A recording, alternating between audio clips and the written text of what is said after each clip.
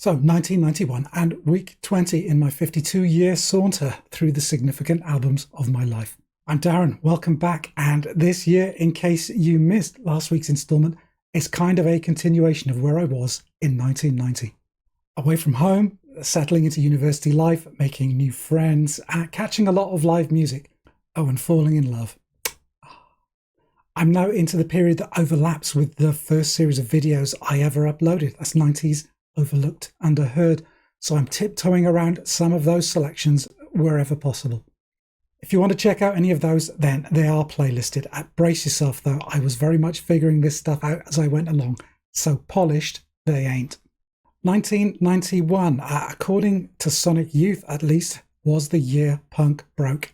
And I think there's something in that, certainly from the POV of American underground acts who are finally getting some serious mainstream attention for possibly the first time. UK acts were a little more used to the build 'em up, knock 'em down, boom and bust nature of a music press dominated media landscape. So the dance music explosion aside, same old really. Either way, a year dominated by some pretty seismic releases, some visibly shaking things up in a big way, others opening up the fault lines that prefigured some bigger, more serious aftershocks further down the line. For me, hectic times, getting to grips with undergraduate studies, socialising like Billy-O, and spending as much on music as my student grant and my dwindling savings would allow.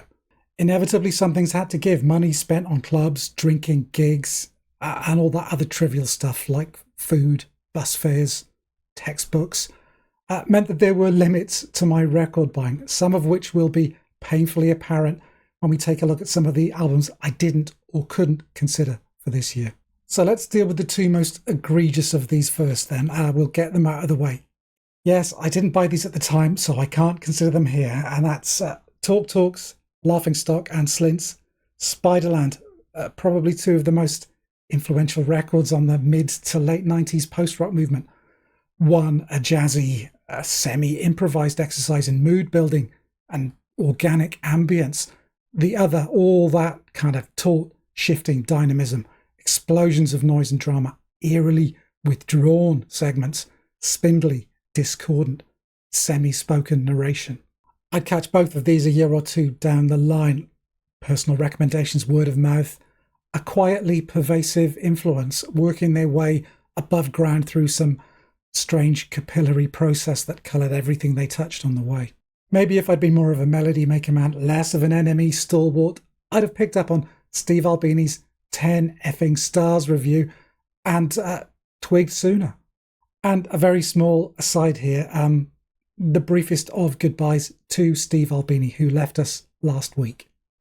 An immensely talented musician, a complex, challenging legacy in some ways, and in others, just the source of or the conduit for a lot of the greatest music I've been lucky enough to encounter in my adult life. A technician, an artist, a provocateur, and a friend and an inspiration to so many. He will be greatly missed. For 1991, you could do far worse than revisit Steve's wonderful engineering contributions to both The Wedding Presents, Sea Monsters, and another long-time personal favourite, Tars Jackson. Very different bands, but that sonic fingerprint is unmistakable. A few more less obvious ones now in Swans, White Light from the Mouth of Infinity. I did have a vinyl copy of this, but gave it to a friend way back because he was a far bigger Gira fan than me at the time. And a band who blew me away live this year, that's Consolidated during their Friendly Fascism album tour. And yeah, boy, for all the right on accusations they got at the time, did they prove to be right on this one or what? REM's Out of Time. Far too much retrospective slander on this one. The good far outweighs the bad on this record. Low, Country Feedback, Losing My Religion, Belong, Me and Honey. In fact, yes, I will quite happily take Shiny Happy People in that category too. So there. But okay, I'll give you Radio Song. It's a proper misstep then and now, and just a rotten way to open what is a pretty great album. Better do some grunge now. Well, I'd offer Mudhoney's Every Good Boy Deserves Fudge up to all the super fuzz or die listeners out there. Let it slide into the drink. Who you driving now? I think the rough-edged, down and dirty production has aged remarkably well. Probably a bit more so than Nevermind by Nirvana. Am I being unfair? I don't know. It certainly sounds like 91, but I played and loved it plenty back in the day. And it was in the running for this year's pick. So what can I say? If I could time machine 1991 me forward, plonk him down in front of this camera for this video, he'd be able to rave at some length about it. But 2024 me might sell it a little less positively, shall we say. No diss, a huge record, a very big deal. But I was already reaching for other stuff back then, so back to the shelf with you, Nevermind. You may well be ticking off all the big beasts I'm discarding on the way to my choice today. R.E.M., Nirvana, Slint. And black markers at the ready, everyone. I have one more for you to cross out before I get down to business. And that is Loveless by My Bloody Valentine. For me, an easy album to appreciate, but a difficult one to love, then and now. I much prefer its looser, less overworked predecessor, Isn't Anything. But a million third, fourth, fifth wave shoegaze bands would vehemently disagree, I'm sure. Plus, me and MBV do have some unresolved beef for them taking a good portion of my hearing. 1991, as you'll recall, was a big year for live music, and the Loveless Tour visited Norwich in December of that year, and it left with the top few kilohertz of my audible range. There was, however, a band who got mighty close in pure decibel terms that I saw earlier in the year, who never really traded on a reputation for sonic hooliganism, but who knew how to let rip when the material demanded it. And in a lot of ways, this record, the record they were touring that year, absolutely demanded it. Very clean, very clear, a very outwardly pretty record that was born of horrible circumstances by a band struggling to hold it together. That record is The Real Ramona by Throwing Muses. On the surface, the pop record they'd been trying to make with 1989's Hunk Papa, but where the production on that had been anemic and flat, The Real Ramona walked the radio-friendly line far more successfully. Somewhere between Pixies' Doolittle and this record, studio engineers seem to have colonised that middle ground between artful and saleable that was allowing indie rock to have its moment to please the fans and the radio promoters alike. And The Real Ramona is, I think, an album that manages that balancing act, on the surface at least, perfectly, whilst not dulling the edge of Kristen Hirsch's songwriting, the tumbling, panicked dramas she was soundtracking. Live, of course, no one to answer to but themselves, and with Kristen dealing with the fallout of a very difficult year, an ugly child custody battle, protracted tax and money issues, health problems, an opportunity to push back for catharsis, to let the songs breathe. And it's the band pushing everything into the red for Hook in Her Head that I remember.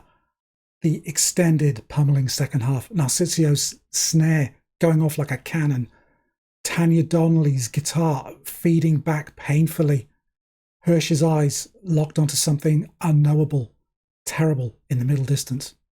If I were a man, I'd have a gun, but I'm so bone tired. A painful, feral, hysterical performance that rattled my fillings then. I wince at the memories even now. The recorded version hints at the ferocity they were capable of unleashing in this form. Hirsch, Donnelly, Abong, Narcisio, but it's kept in check. It becomes more of a snaking, hypnotic stream of abstraction, fragmented, disturbing. The Bo Diddley shuffle of the ecstatic golden thing, the twisting eruptions and shrieks of Ellen West, My Mouth is Full of Demons, I Swear to God, are both classic muses. Hirsch sketching out hallucinatory visions of protagonists unable to pass their surroundings anymore. Hemmed in, cut off, roiling in confusion and sadness and frustration. Yeah, the owner of an utterly distinctive voice and a wonderful, wonderful writer. The Real Ramona is, of course, also the final album to feature Tanya Donnelly. She'd already guested with the Breeders for 1990's Pod album, and by the end of the year, all touring commitments with the Muses satisfied, she formed Belly, taking bass player Fred Abong with her. Her songwriting and lead vocal contributions here are the swaying nursery rhyme of Honey Chain, a sister to Hunk Papa's Dragonhead, I reckon, and the second single from the album, the Phil Spector-ish bubblegum college rock of Not Too Soon. But the Muses always felt like Hershey's outfit, and outside of the more intense numbers here, Kristen contributes some fantastically pretty poppier songs of her own. The slinky Zepp referencing lead single Counting Backwards, replete with a sweet fake ending. The patient chiming build and release of the amazing Red Shoes. And the sharp little Andy Summers riff rotating at the centre of Graffiti. That she managed to front the band to get these songs down so effectively, given the personal circumstances she was dealing with at the time, is quite miraculous, really. Her experiences recording this album at this time gave Kristen the impetus to move on, to stare down the music industry. It led her to where she is today, effectively being a fan-sponsored artist. It's a very unique position to hold. I think we can rightfully consider Kristen to be one of those figures who's managed to impose her view of herself as an artist on the musical world in a big way. And at a time when a lot of musicians are really reeling, really feeling the pinch, then maybe they should look to Kristen for inspiration. Okay, 1991. Yeah, some bigger albums I had to leave out for one of a number of reasons, but I'm pretty happy with this choice, I have to say. Is this Throwing Muses' best album? Some people still think so. Others think it's far too coloured by the kind of studio label intervention that they were dealing with at the time. I'd love to know what you think. And also, of course, please let me know what you would have chosen for 1991 as well. Cheers for sticking with me through this one. If you've got that far, yeah, go ahead, give it a thumbs up. It really does help. And yeah, if you haven't yet subscribed, just do that too. It's really quick and easy. But that is all from me today. Please do take care, and I hope to see you again here very soon. Bye for now.